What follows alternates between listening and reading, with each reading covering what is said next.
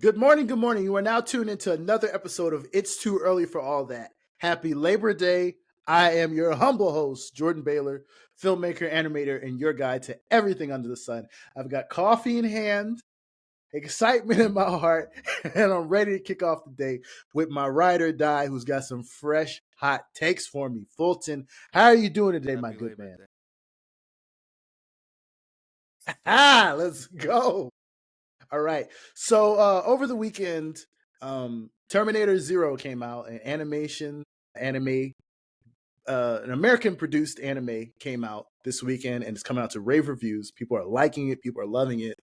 People want the Sentinels. People want Skynet to become sentient and kill everybody. It's a great series. I love it.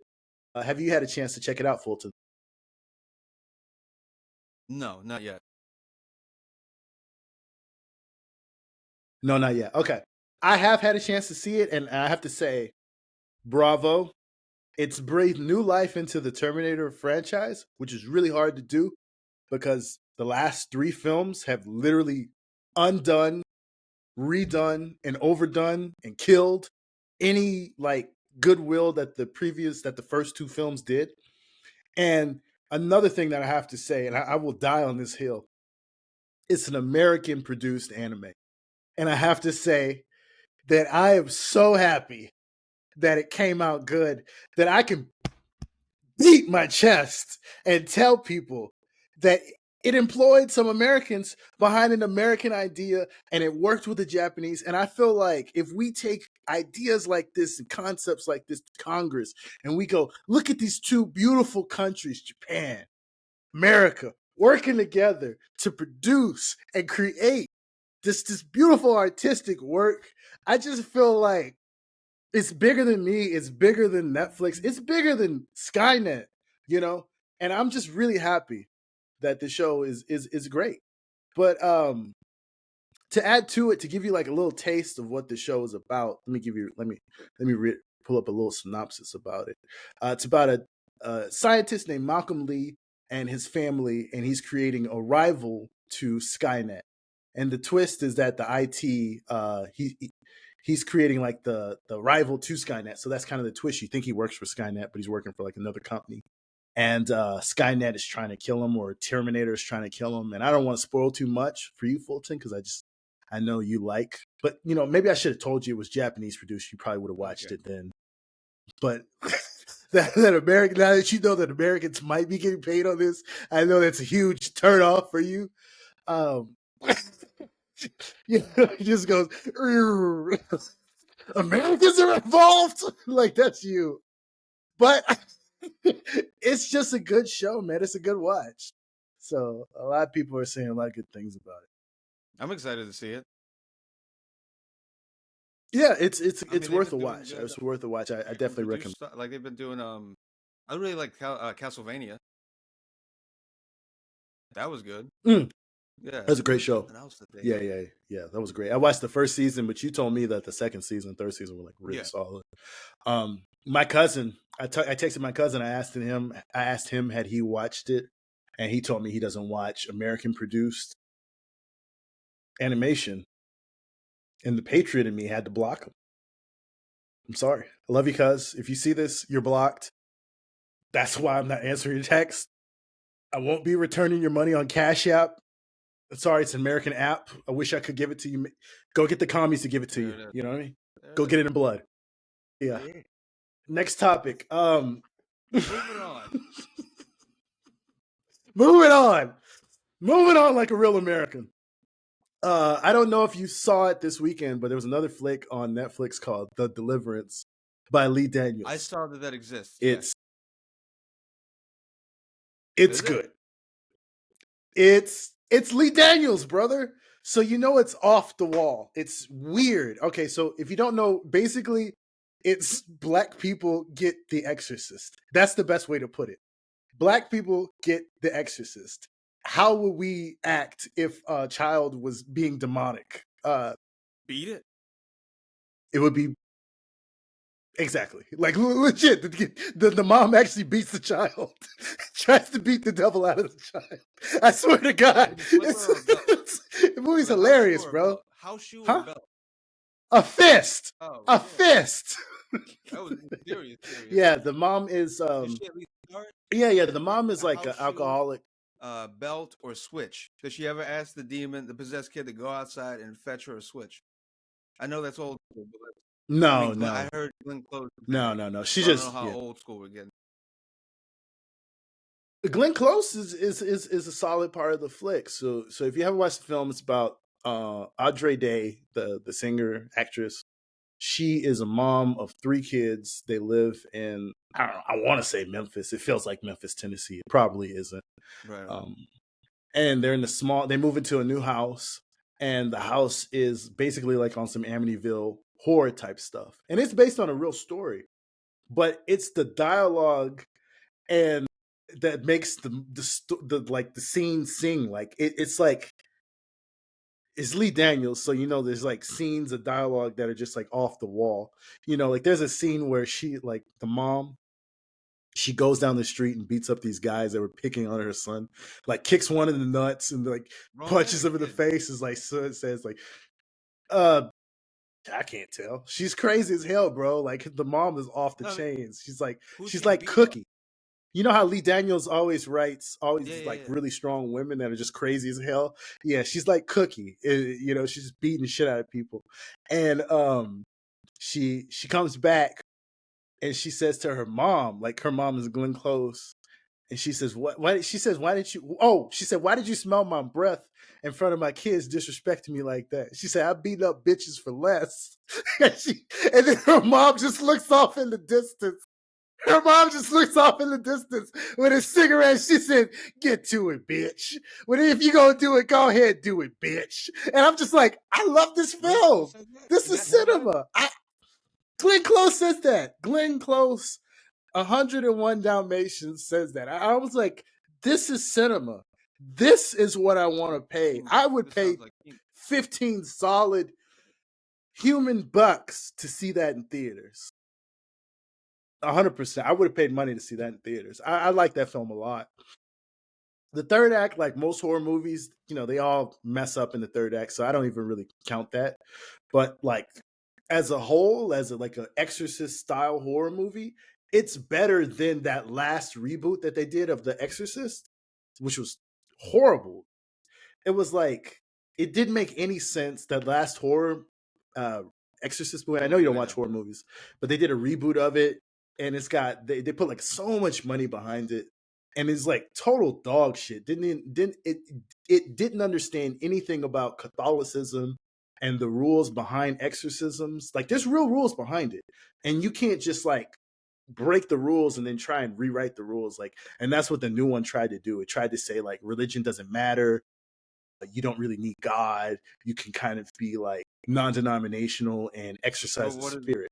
But that's not true. how does that work if it's all based in like Christianity? It's all based in religion.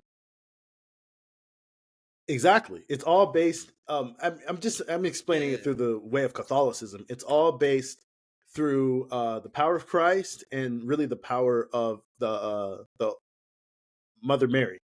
Like you have to pray through her to get rid of the demon inside of a child. And like I've seen so many people that do exorcisms explain it with that exact concept. They all say the same thing. These are like priests, preachers. They literally all say the same thing. So it's like there's certain rules to it. I'm talking about like documentaries about people that have really No, I done real believe that. I mean, exorcisms. like, good. I'm not talking If I about was doing like any yeah, media yeah. about it, even though I'm not religious, I know that you would have to include religion for it to work. Hmm.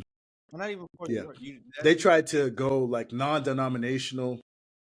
The new one tried to go like non-denominational and say that all the spirits basically they tried to be like that bumper sticker on the back right of a with all the car.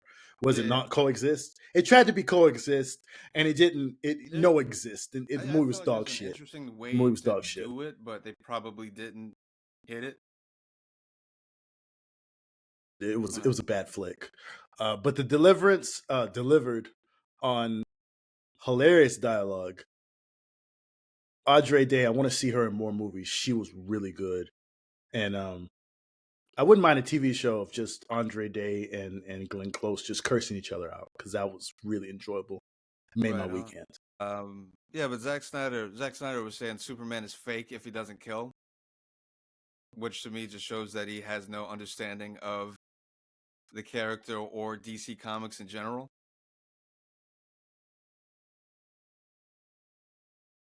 Doesn't really understand Batman. Doesn't really understand Superman. You got Batman moving like a Well, I mean, vigilante, that's what he which is does. cool. You got Batman. Ben Affleck was amazing as Batman. He's a great Batman. The Superman, great cast, great casting on the Superman. But what they're doing doesn't fit them. And to make Superman kill somebody in the Man of Steel, I know I'm talking about Batman versus Superman, but he killed Zod. Yeah, it folds into it. To have him kill somebody, that was really weird. And to have Batman shooting guns later on in the Justice League film, where he's like, it's just weird, bro. It's like, why are you doing something that's so anti of these characters and then trying to make us feel that we're wrong if we go, oh, that's not really the Zack Snyder and Batman. All right, I like to think about this. He's the only person I've seen make Superman and Batman both uninteresting. And that film was really uninteresting. The I even watched the Batman Oh, and Batman versus versus Superman. Yeah, Superman. Yeah, Batman I versus would have been. Superman. The film, the live action joint. It was really uninteresting, and it was so interesting that it's like a slam dunk at the box office. But I think it made what, like $300 million. I think it Like didn't. that movie clearly should have Did made it a. hit billions or was it just hundreds of millions? It didn't hit billions, bro. It didn't. Let me see. Worldwide, or are you just Let me talking see. domestic, bro? I think as a whole, it didn't break a billion. I think it did. I don't think it broke a billion. Yeah, it broke like $875 million. Is that Right? domestic or worldwide? Come on, you got whole Okay, as a okay. whole, as a whole. So obviously, the film should have broken a couple billion. It's easy. You got the two biggest superheroes, period. You know, and it didn't even break $1 billion. And the reason why it didn't is because the film was messy. The film, that's not what they do. Like Christopher Reeves would never do that, and try to shame us if we feel that way. So I feel like with Zack Snyder, he kind of just goes against the grain and then tries to die on weird hills, and it doesn't really work out in his favor. Rebel Moon was horrible. I haven't agreed with anything that he's done DC wise. Period. I mean, he sort of had me at first with Man of Steel because I was sort of seeing what he was trying to do, and I thought him having.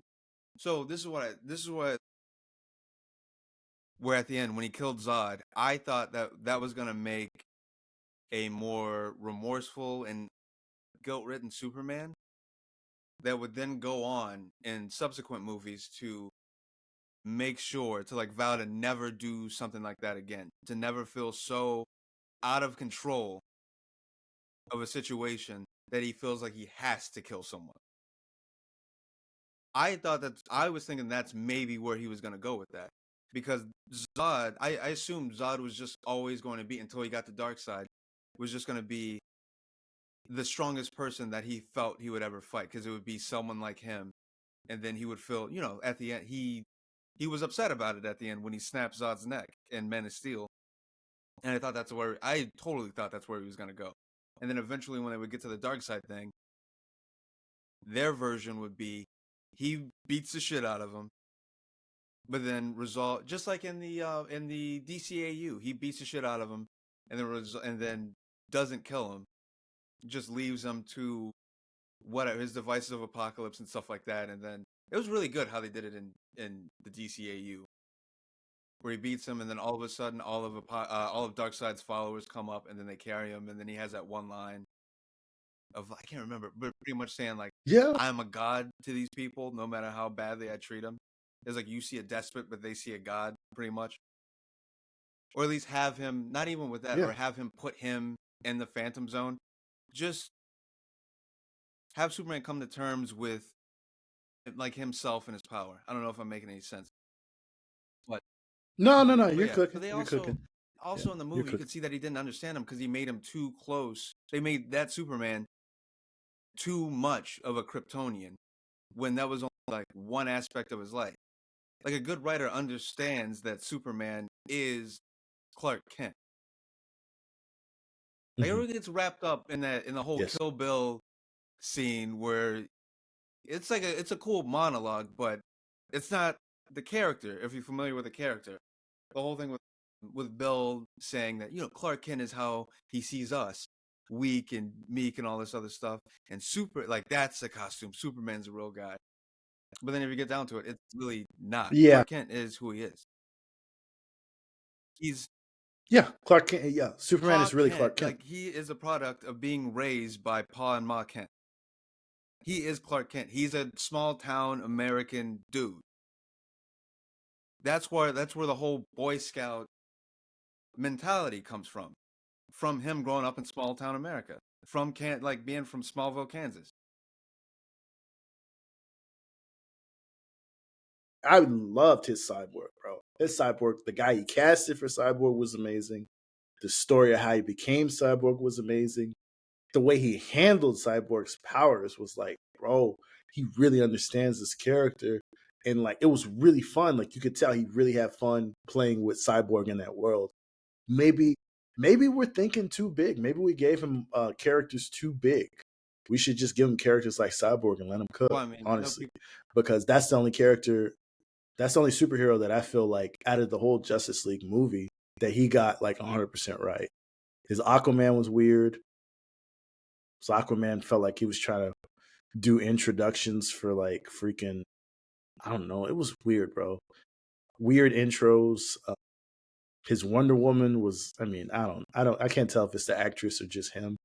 The Wonder Woman was weird. The only one he got right was Cyborg. Flash was beating up people in Hawaii, so I can't even speak on him. Movie?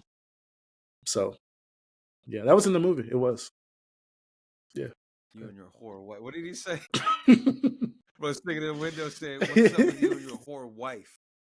He said something quick. That boy was cooking, man. Reverse Flash was cooking. I ain't gonna lie. Reverse Flash was on a tear. Yeah. Okay. They messed him up with the Kevin Costner thing. When I saw the trailer, I was excited for a more grounded pocket when he was like, there was that one line that they had in the trailer where Clark is still young and he's trying to figure out who he is, but they already know that he has powers. He's talking to his dad after he saved his class that were in that school bus. He pulled the bus out of the river or something like that, out of the lake, river, whatever. And then Paul Kent's like pretty much saying like maybe you should have let him drown. Great powers comes great responsibility. Exactly, but he's like he said maybe you should have let him drown. And then in the trailer, I thought that was pretty cool because I was thinking that was coming more from a place of him being scared for his son and wanting to protect his son from like the government eventually coming in and trying to like dissect him as an alien and stuff like that. Because in the trailer, they also show him. Yeah. They also have that shot of him as Superman when he's older in government custody. So I was thinking like it was going to be some sort of like realization of his father's fears down the road. I thought they were going to play that whole angle, but it was just Nah. They Uncle Bend his ass. Early. Yeah, they killed him in a weird way. It didn't work. Like the way he died in the comics works because he dies of a heart attack as they're running back to the farm, and then all Clark can do is sit there and watch his dad die because he doesn't have the power to stop someone from having a heart attack. He's killed in such a human way in such a way that like humanized Clark and pulled him down with the rest of us. It's like no matter what, you can't help what happens like health wise to your parents with all the power that you have. Hearts can fail. This can happen. That can happen to them. Sickness, illness can take them away. This has been another episode of It's Too Early for All That. Hope you have a great Labor Day. Take some time off. Take some peace if you got the day off. If you don't, it sucks to be you, bro. If you do have the day off, enjoy yourself and remember that it's just a job. It's not everything. Give me some more boots to lick.